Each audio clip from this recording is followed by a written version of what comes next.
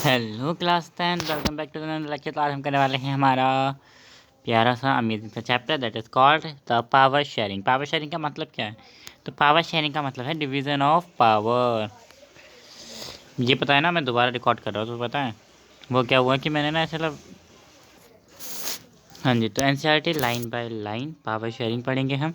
ठीक है, division of power मैं बता रहा था कि पहले मेरी वीडियो रिकॉर्ड करी थी मैंने, 1 घंटे की वीडियो रिकॉर्ड हुई थी, बल्कि मैं आपको लाइन बाय लाइन पढ़ा रहा था, समझा रहा था। देखो ये सब उसी के नोट्स बने पड़े हैं जो मैंने समझा रहा था तुम्हें। ठीक है, पर क्या करें, वो सेव ही नहीं हुई, पता नहीं क्या ग्लिच आ गया, वो सेव नहीं हुई। कोई नहीं, हम दोबारा से कर लेते हैं रिकॉर्ड यार। ठीक है, power sharing line by line. Power sharing का मतलब होता है डिवीज़न ऑफ पावर, पावर को डिवाइड करना, जो कि किसके अंदर होता है? डेमोक्रेसी के अंदर होता है। हम पूरे चैप्टर का ओवरव्यू ले लेते हैं कि भैया पावर शेयरिंग कैसे होती है, कहाँ होती है, with the help of 2 example. क्यों इंपॉर्टेंट है 2 एग्जाम्पल? किसका? श्रीलंका एंड द बेल्जियम का एग्जाम्पल लेंगे हम। ठीक है, पावर शेयरिंग के लिए बेल्जियम और श्रीलंका का एग्जाम्पल लेंगे। बोथ स्टोरीज हमें डेमोक्रेसी को कैसे हैंडल करना है ये बताएंगे। ठीक है, तो हम स्टार्ट करेंगे पहले बेल्जियम से,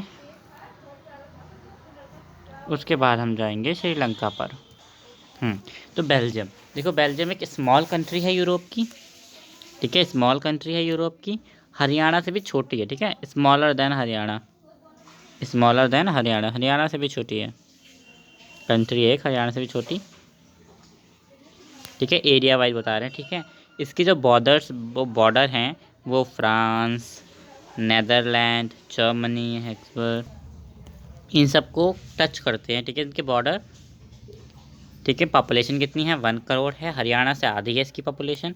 एथनिक, एथनिक मतलब होता है कोई भी डिवीज़न कर रहे हो अगर तुम, division on the basis of, on the basis of culture या रिलीजन। ठीक है, रिलीजन और कल्चर के बेसिस पर अगर तुम डिवीज़न करते हो ना, तो उसे हम बोलते हैं एथनिक कॉम्पोजिशन। ठीक है, तो यहाँ पर बहुत ही कॉम्प्लेक्स एथनिक कॉम्पोजिशन था, ऐसा सिमिलैरिटी नहीं, कुछ कॉम्प्लेक्स सा था। ठीक है, देखो यहाँ पे जो पॉपुलेशन थी वो 2 हिस्सों में डिवाइडेड थी।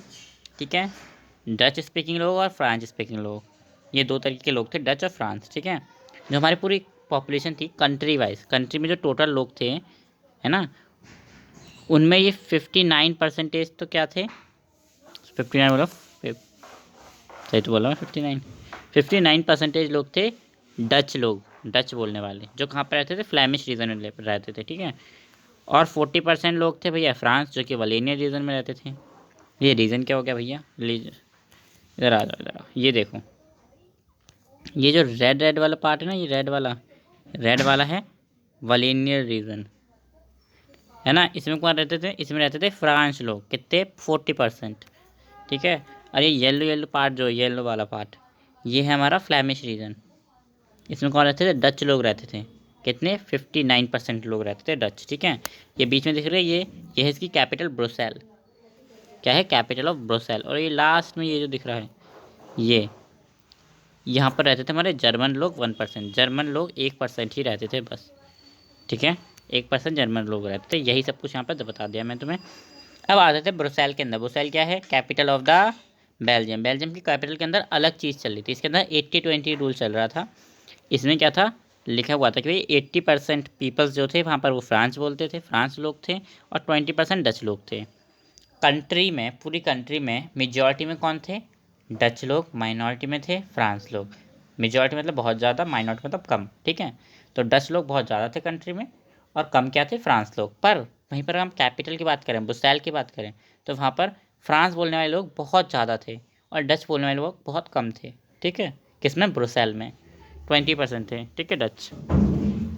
अब इधर आ जाओ, तो minority France speaking community was relatively rich and powerful. जो हमारी फ्रांस कम्युनिटी थी वो रिच और पावरफुल थी, जिस वजह से रिच और पावरफुल थी, जिस वजह से जो हमारे डच लोग थे ना, उनके पास जो बेनिफिट्स थे, इकोनॉमिक डेवलपमेंट, एजुकेशन, थोड़ी देर में पहुंची। इससे आता है क्वेश्चन, इससे डायरेक्ट ये एक पूरा स्टेटमेंट उठ के आ जाता है कि this was dissented by the Dutch speaking community who got the benefit of economic development and education much later. Explain या फिर explain that sentence, give me stand point to the statement। आता है ना स्टेटमेंट वाइज क्वेश्चन, इससे आते हैं direct. ठीक है, तो क्वेश्चन आता है ये। ठीक है, तो इसका क्या आंसर लिखेगा कि हाँ भाई फ्रांस स्पीकिंग लोग बहुत रिच थे, ठीक है, रिच और पावरफुल थे, तो जिसके वो क्या कहते हैं, जो रिच और पावरफुल होते हैं सबसे ज़्यादा इकोनॉमिक डेवलपमेंट उनको मिलता है, हम नहीं पढ़ा है, ठीक है, जिनको ज़्यादा पैसों को उन्हें मिलेगा, है ना। इस वजह से हमारे डच के पास बहुत ही लेट पहुंची डेवलपमेंट, जिसकी वजह से वो थोड़ी सा क्या कहते हैं ज़्यादा अच्छे अच्छे डेवलप नहीं रह पाए, ठीक है। अब क्या होता है ना, अब टेंशन बढ़ जाती है, क्या बढ़ जाती है, tension, mention not, tension not, tension बढ़ जाती है स्पीकिंग फ्रांस स्पीकिंग और डच स्पीकिंग पीपल्स के बीच में। किन के बीच में, फ्रेंच वर्सेस डच के बीच में, है ना, इनके बीच में टेंशन बजाते कब बढ़ती है, 1950s और 1916, है ना। और ब्रुसेल के अंदर और प्रॉब्लम ख़राब थी। देखो कंट्री में क्या था कि भैया मेजॉरिटी में डच थे, माइनॉरिटी में फ्रांस थे, तो उनके बीच में झगड़ा था। पर ब्रुसेल के अंदर तो अलग था, मेजॉरिटी में कौन थे भैया, फ्रांस थे, माइनॉरिटी में डच थे, इस वजह से, ठीक है। तो कैपिटल में एक अलग घसड़ मची पड़ी थी, ठीक है। ये तो मैं बात करी, टेंशन क्यों बढ़ी, टेंशन बढ़ जाती है ना, ये तो मैं बता दें टेंशन क्यों बढ़ती है, क्योंकि डच वाले लोगों को लग रहा था कि फ्रेंच वाले लोग रहते हैं क्योंकि पावरफुल हैं तो सब कुछ इनके पास है, और फ्रांस वालों को लगा था कि ये क्या कहते हैं गरीब लोग हैं, तो भैया कर सरकार इन पर ज़्यादा ध्यान दे रही है, इस वजह से इनके बीच में टेंशन बढ़ जाती है। यहाँ तक समझ में आ गया, ठीक है। अब आते हैं हम श्रीलंका के ऊपर, पर इससे पहले हम एक बार रिवाइज कर ले ब्रुसेल का पूरा कुछ। ब्रुसेल एक स्मॉल, वो बेल्जियम एक स्मॉल कंट्री है, इसका एरिया हरियाणा से भी छोटा है, इसकी पॉपुलेशन 1 करोड़ है ना। बॉर्डर नेदरलैंड, फ्रांस, जर्मनी को टच करते हैं। इन कंट्री में 49% डच लोग हैं जो फ्लैमिश रीजन में रहते हैं, 40% फ्रांस लोग हैं जो वेनेल के रीजन में रहते हैं, 1% है हमारे पास जर्मन लोग, और कैपिटल में अलग है, ब्रुसेल है कैपिटल, 80% फ्रांस है, 20% डच है ना। डच माइनॉरिटी में है इन कैपिटल, वो माइनॉरिटी में है इन कैपिटल, मेजॉरिटी में है इन कंट्री, कंट्री में मेजॉरिटी में है और माइनॉरिटी में कैपिटल के अंदर है, ठीक है। फ्रांस लोग रिच एंड पावरफुल है, फ्रांस लोग इसके उल्टे भी हैं, जो हमारे फ्रांस लोग हैं वो मेजॉरिटी में है कैपिटल के अंदर और माइनॉरिटी में है कंट्री के अंदर, ठीक है। अब इधर अब हम देखते हैं कंपेयर, अब आते हैं इसके ऊपर दूसरी कहानी के ऊपर जो कि श्रीलंका की। श्रीलंका एक आइलैंड नेशन है, तमिलनाडु के पास में है कुछ किलोमीटर दूर।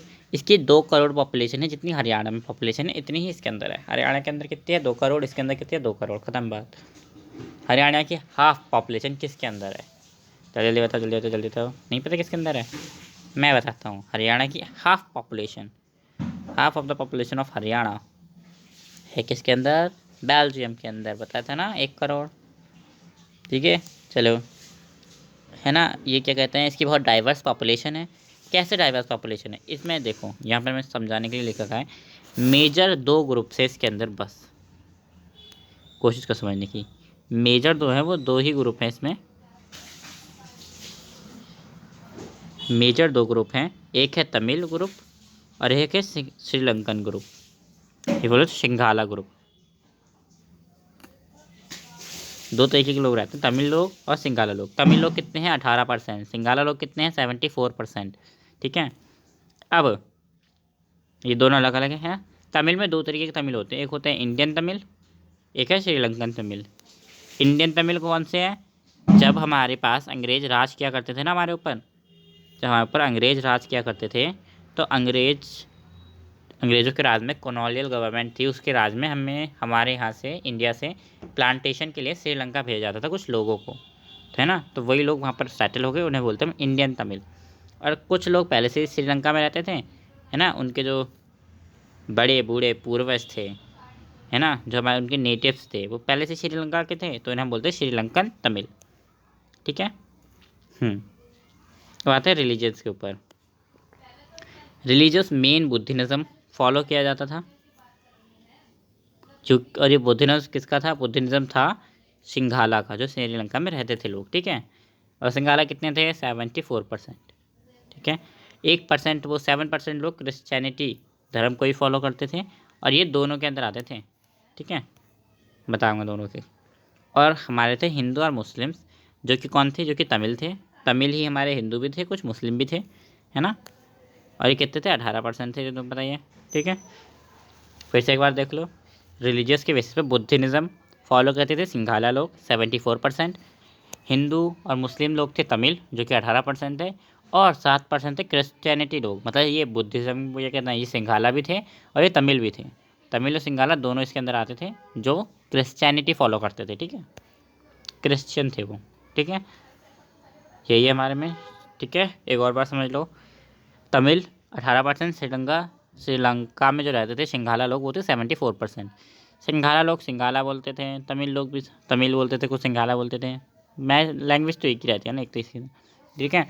तमिल के अंदर इंडियन तमिल जो कॉलोनियल गवर्नमेंट थी, जब हमारे पर अंग्रेज राज कर रहे थे, तब हमारे यहाँ से जो प्लांटेशन के लिए वर्कर्स लाए गए थे श्रीलंका के अंदर और वहीं पर सेटल हो गए, उन्हें बोलते हैं इंडियन तमिल। और श्रीलंकन तमिल जो श्रीलंका में ही रहते थे। तो आ जाओ इधर, ये सब कुछ लिखा पड़ा है, देख लो। इंडियन तमिल्स की plantation workers during colonial period, ठीक है, ये वो सब लिखा हुआ है। यहाँ पे धर्म लिखे हुए हैं, कौन कौन से धर्म है। मेजॉरिटीनिज्म इन श्रीलंका, अब श्रीलंका में क्या होता है। मेजॉरिटीनिज्म भी कई बार क्वेश्चन आ जाता है, तो भाई देख लो, पॉइंट भी बना रखे हैं तो पहले। तो हमारा इंडिया जो हमारा श्रीलंका था वो इंडिपेंडेंट हुआ था 1948 के अंदर, ठीक है। तो उस टाइम जो लीडर बने थे ना वो सिंघाला कम्युनिटी के बने थे, ठीक है। तो सिंघाला कम्युनिटी कौन थी, मेजॉरिटी में थी, बहुत ज़्यादा थी सिंघाला कम्युनिटी, तो उसी का राज चलता था। तो वो क्या करते थे, सिंघाला कम्युनिटी अपना ही राज चलाती थी, सिंघाला सुप्रीम स्टेबल कर दे। मेजॉरिटीनिज्म, मेजॉरिटीनिज्म क्या होता है, जब किसी मेजॉरिटी चीज़ की बात मानी जाए, मेजॉर मतलब जो सबसे ज़्यादा हो देश में उनकी बात मानी जाए। ज़्यादा कौन थे, सिंघाला थे। जब सिंघाला की बात सुनी जाएगी तो सब बोलेंगे मेजॉरिटीनिज्म। तो भाई सिंघाला की बात कैसे सुनने लगी, मतलब कैसे हम पता करेंगे कि हमें मेजॉरिटीनिज्म हुआ था, है ना, बताओ। तो देखो, सबसे पहले तो एक एक्ट पास हुआ था 1956 में, जिसमें सिंघाला को ही ऑफिशियल लैंग्वेज डिक्लेयर कर दिया था। हालांकि वहाँ पर तमिल भी रहते थे, पर तमिल लैंग्वेज नहीं थी, बस सिंघाला की लैंग्वेज को ऑफिशियल लैंग्वेज कह दिया, ठीक है।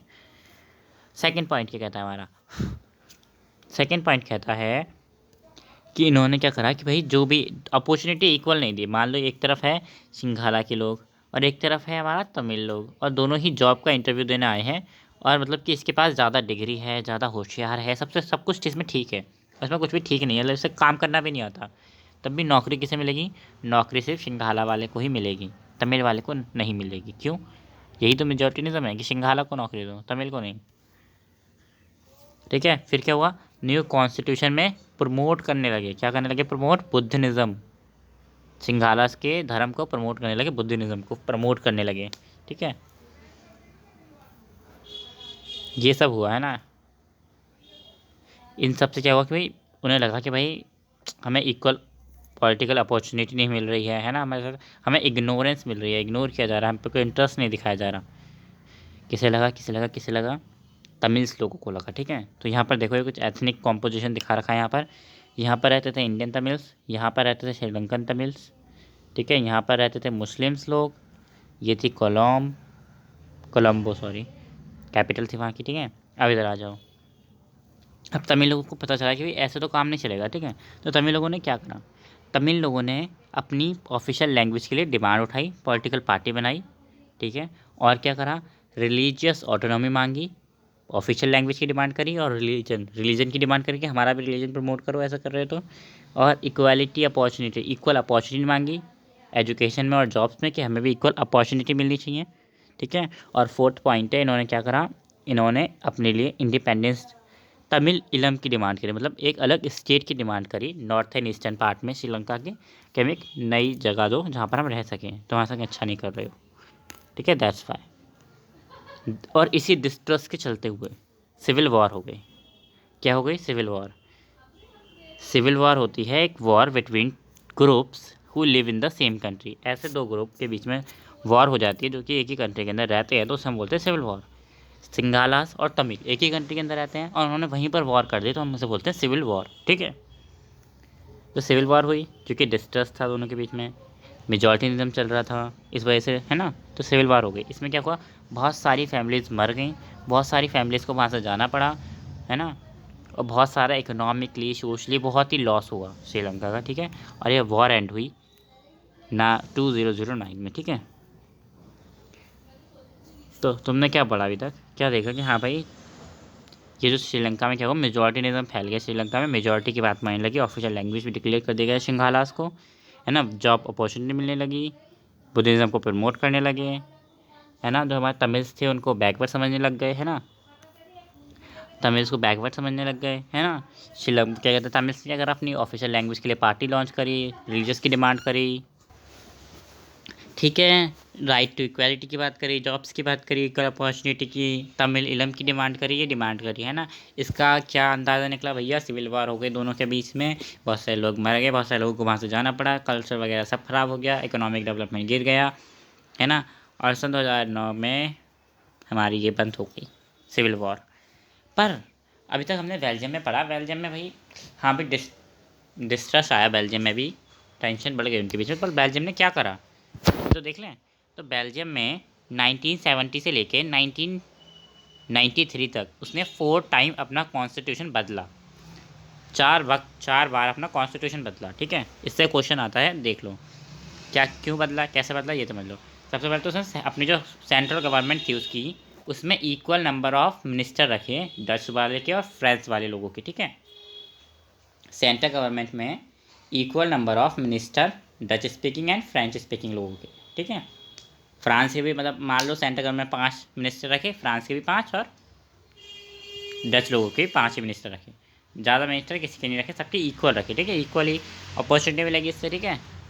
और ये कहते हैं उसने सारे जो कुछ पावर थी, है ना। पहले क्या होता था ना कि सेंट्रल गवर्नमेंट के पास पावर है तो वो सिर्फ सेंटर के पास ही रहती थी, स्टेट के पास पावर नहीं होती थी, है ना। पहले में ऐसे ही होता था।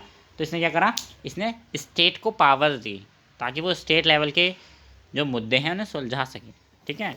क्या दी, स्टेट लेवल को पावर दी ताकि वो स्टेट लेवल के मुद्दे सुलझा सकें, ठीक है, स्टेट लेवल पे ध्यान दे सकें।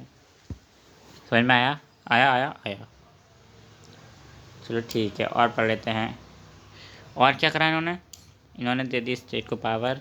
अब आते हैं, हाँ इन्होंने क्या करा, इन्होंने ब्रुसेल के अंदर भी इक्वल नंबर ऑफ मिनिस्टर्स रखे, किसके किसके किसके किसके ब्रुसेल के अंदर भी इक्वल नंबर ऑफ मिनिस्टर रखे। ब्रुसेल एक स्टेट है, स्टेट मतलब स्टेट के अंदर भी इक्वल नंबर ऑफ मिनिस्टर रखे ब्रुसेल की।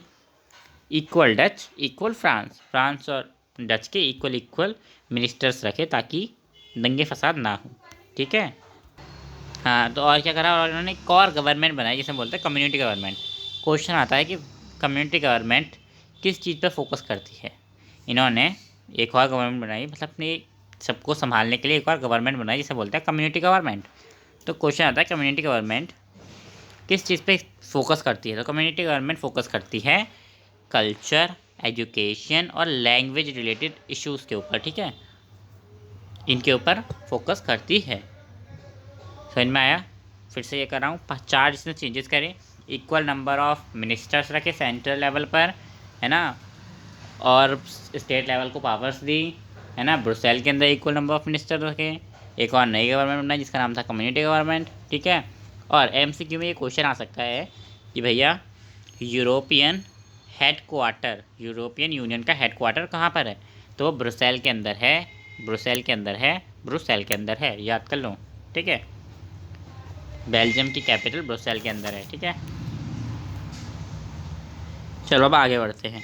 अब इधर आ इधर, ये खुद एक क्वेश्चन है कि why power sharing is desirable, power sharing क्यों डिज़ायरेबल है, ठीक है। आओ समझते हैं। तो इसका पहला रीज़न ये है कि पावर शेयरिंग जो है ना वो कॉन्फ्लिक्ट्स कम कर देती है सोशल ग्रुप्स के अंदर। कॉन्फ्लिक्ट्स मतलब जो लड़ाइयाँ वड़ाइयाँ हो रही है सोशल ग्रुप्स में, उसको कम कर देती है पावर शेयरिंग, जैसे कि हमने बेल्जियम के अंदर पढ़ा, ठीक है।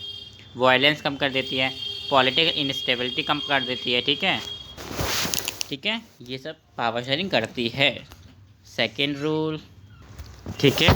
और क्यों ज़रूरी है, सेकेंड रीज़न देख लेते हैं कि why power sharing is desirable, ठीक है। तो पावर शेयरिंग जो होती है वो स्प्लिट ऑफ डेमोक्रेसी होती है, ठीक है। तो क्या कह रहा है, सेकेंड रीज़न कहता है कि भाई जो हमारी डेमोक्रेसी है ना, जो हमारी पावर शेयरिंग वो डेमोक्रेसी की आत्मा है, स्पिरिट है, एक एक्सरसाइज करने का इफेक्ट है ना। इसके बिना हमारी डेमोक्रेसी पावर शेयरिंग के बिना अधूरी है, पावर शेयरिंग डेमोक्रेसी के बिना अधूरी है, ऐसा समझो, है ना। तो अब नीचे बहुत प्यारी सी बात लिखी हुई है कि हमारा पहला रीज़न था, पहला रीज़न क्या था कि कॉन्फ्लिक्ट्स कम करती है सोशल ग्रुप्स के बीच में। ये क्या था, पोटेंशियल रीज़न था। इससे हम क्या कहते हैं, एक्सरसाइज पता चल रहा था ना, हमने करी पावर शेयरिंग तो हमें पता चला कि हाँ भाई कॉन्फ्लिक्ट्स दूर होते हैं पावर शेयरिंग से, पता चला नहीं चला, चला, ठीक है। सेकेंड रीज़न क्या था, मोरल रीज़न था। मोरल मतलब बोलने वाला रीज़न। इसमें कुछ हमने हुआ थोड़ी, हमने निकाल के तो देखी कि हमारी आत्मा निकल के आ गई, नहीं ना। डेमोक्रेसी, पावर शेयरिंग डेमोक्रेसी की आत्मा है, बस हमने निकाल के देखा आत्मा है, नहीं ना, ये सिर्फ मोरल रीज़न था, ठीक है। तो क्वेश्चन ऐसे आ सकता है, explain the potential reason, explain the moral reason, ठीक है, या फिर explain the why power sharing is desirable, ठीक है। ये तुम्हारे में आ नहीं रहा है, इससे क्वेश्चन भी नहीं आते हैं, तो फालतू में टाइम वेस्ट नहीं करते हैं। अब हम समझ लेते हैं फॉर्म्स ऑफ पावर शेयरिंग। इससे एक क्वेश्चन तो आता है कोई ना कोई सेट के अंदर, ठीक है। तो पहली पावर शेयरिंग है power sharing among the different organ of government. Government के डिफरेंट ऑर्गन में पावर शेयरिंग करना, ठीक है। लेजिस्लेटिव, एग्जीक्यूटिव, जुडिशरी, इनके बीच में पावर शेयरिंग करना, इसको हम क्या बोलते हैं, power sharing among different organ. इसको हम एक और नाम से जानते हैं, इसका नाम है horizontal distribution of power sharing. Horizontal distribution of power sharing क्यों कहते हैं हमेशा हॉरिजॉन्टल? क्योंकि ये तीनों एक ही लेवल पर होती हैं हॉरिजॉन्टली, ठीक है। हॉरिजॉन्टली एक ही लेवल पर हैं ये तीनों, इस वजह से हम इसको बोलते हैं horizontal distribution of power sharing. इसमें हम सेम एक्सरसाइज करते हैं, एक दूसरे को, ये जो होती है ना, ये एक दूसरे को चेक करते रहते हैं कि ये दोनों एक दूसरे से अच्छे से काम कर रहे हैं या नहीं, है ना, चेक करते रहते हैं। और इसी तरीके से हमारा जो सिस्टम है वो बैलेंस चलता है, ठीक है। इसमें बहुत सारे मिनिस्टर्स रखते हैं जो कि पावर शेयरिंग, पार्लियामेंट के, स्टेट असेंबली के, जो कि इसकी रिस्पॉन्सिबल लेते हैं, देखते हैं कि सही से काम हो रहा है या नहीं हो रहा है ना, और इसको बैलेंस करके रखते हैं, एक दूसरे को चेक करते रहते हैं।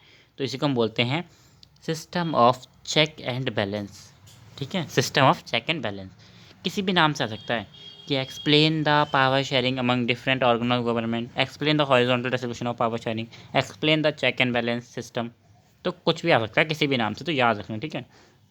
एक बार इनका मतलब बता दूं, लेजिस्लेटिव, एग्जीक्यूटिव, जुडिशरी।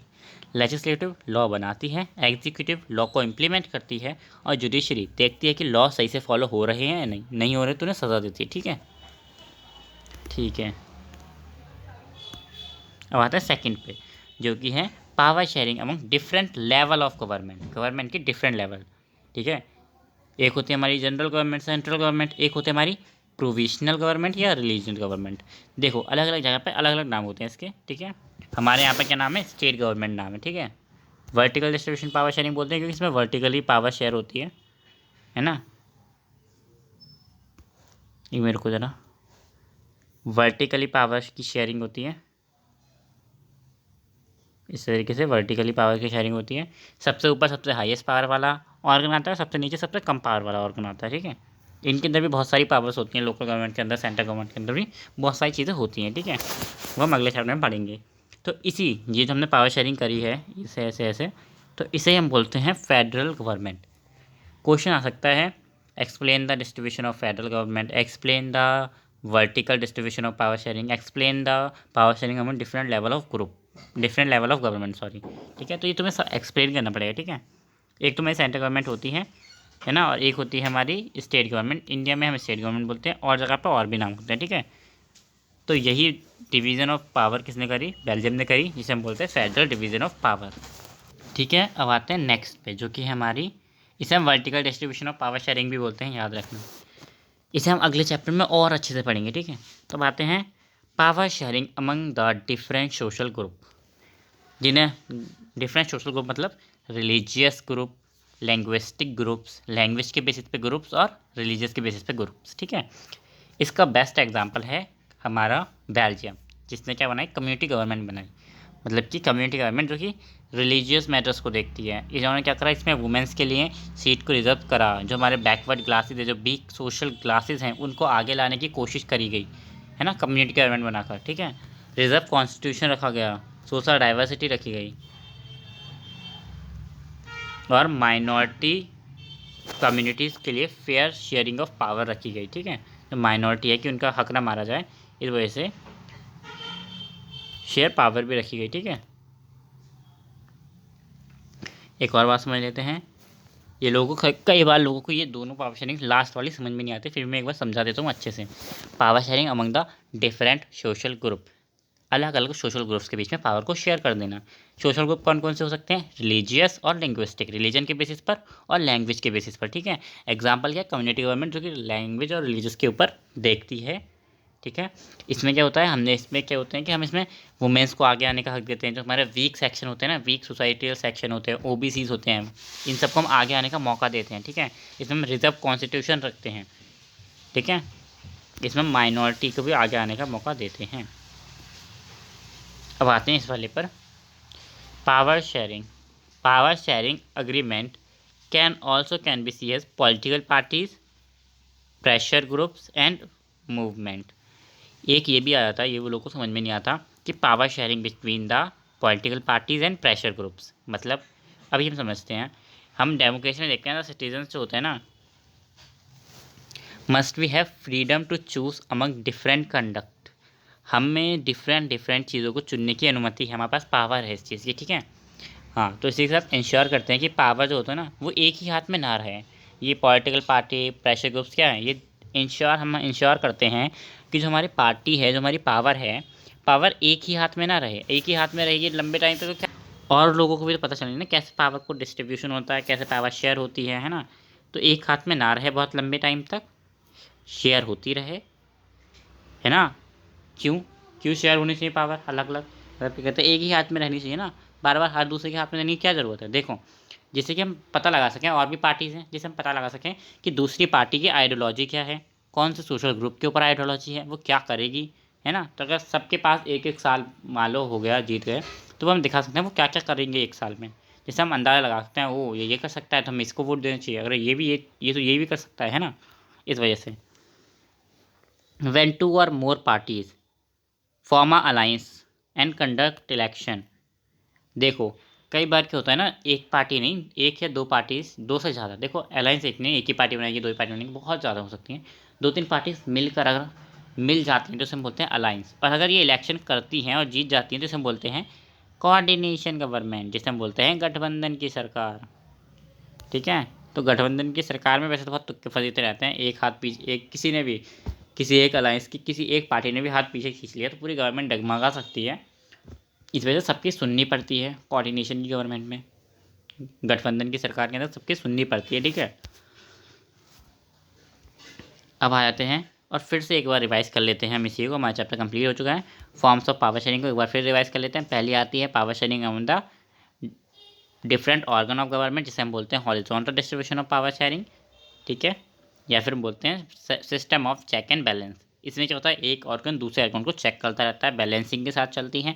इसमें डिफरेंट डिफरेंट जो हमारे पार्लियामेंट के मेंबर्स होते हैं वो चेक करते हैं, एक्सरसाइज करते हैं पावर्स को, है ना। इसमें ये क्या कहते हैं, इसमें लेजिस्लेटिव, एग्जीक्यूटिव, जुडिशरी आती है। लेजिस्लेटिव का काम है लॉ बनाना, एग्जीक्यूटिव का काम है लॉ को इम्प्लीमेंट करना, और जुडिशरी का काम है जो लॉ फॉलो नहीं करता उसको सज़ा देना, ठीक है। अब नेक्स्ट है जो हमारी, वो है power sharing between different level of government, जिसे हम बोलते हैं federal division of power sharing, ठीक है। इसके अंदर हम सेंट्रल गवर्नमेंट, स्टेट गवर्नमेंट और लोकल गवर्नमेंट में पावर को शेयर करते हैं, हाई टू लो इसका सीक्वेंस रहता है ना। इसे हम क्या बोलते हैं, इसे हम also vertical distribution of power sharing भी बोलते हैं, है ना। इसमें जो होता है हाई लेवल से लो लेवल तक पावर शेयरिंग होती है, ठीक है।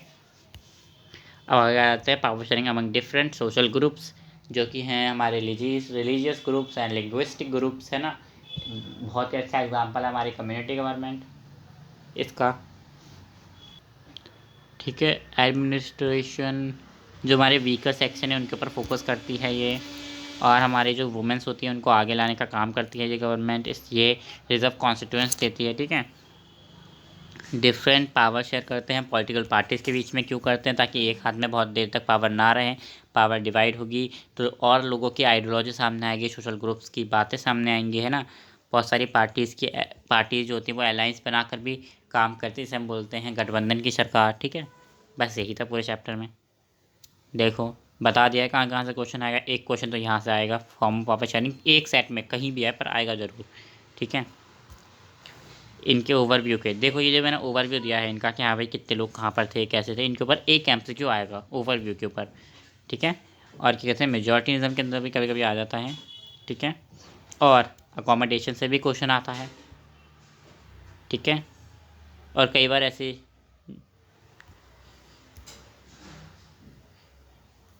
ही इसके ऊपर भी एमसीक्यू आ जाता है, मैंने बता रखे हैं, ठीक है। क्वेश्चन आता है कि आगे में लिख रखा है QAH, by power sharing is desirable, question आ जाता है। ये आपके सिलेबस में नहीं आ रहा है, मैं आपको बता दूं, ये आपके सिलेबस में नहीं आ रहा है। नो, आपको उसको पढ़ने की ज़रूरत नहीं है। फिर भी अगर आपको पढ़ना होगा तो मैं 5 मिनट की एक वीडियो बना दूंगा, या फिर शॉर्ट 1 मिनट की शॉर्ट के अंदर समझा दूंगा इस चैप्टर को। इसमें कुछ नहीं, कहानी दे रखी है बस, ठीक है। तो यहीं के साथ हमारा ये सेशन जो होता है वो ख़त्म होता है। आई होप आपको वीडियो अच्छी लगी होगी। अगर आपको अच्छी लगी है तो आपको लाइक शेयर सब्सक्राइब तो करना ही है, साथ में आपको इसके लिंक भी उठाना है। मतलब कि मैंने ये सब कुछ लिखा है भैया, इतना मेहनत लगाई है, जो अंडरलाइन करी हैं सारी बातें, वो सब आपको मिल जाएंगे मेरे टेलीग्राम पर। कहाँ पर मिलेंगी? इन टेलीग्राम। सारी चीज़ अवेलेबल हैं, सारे नोट्स अवेलेबल हैं। अगर वीडियो ज़रा सी भी अच्छी लगी हो तो और वीडियो को एक बार चेकआउट कर लेना, समझ में आपको आए देखना, वरना मत देखना। नोट्स मैं आपको डिस्क्रिप्शन बॉक्स में दे दूँगा वैसे वाले, ठीक है। नोट्स उठा सकते हो आप एज योर विश, मैंने बता दिया है। और हाँ, आगे कौन सा लेक्चर आपको चाहिए उसके बारे में बता देना, और प्लीज़ मेरी वीडियो की तारीफ़ करते हुए जाना। Thank you for watching, till then take care, bye bye.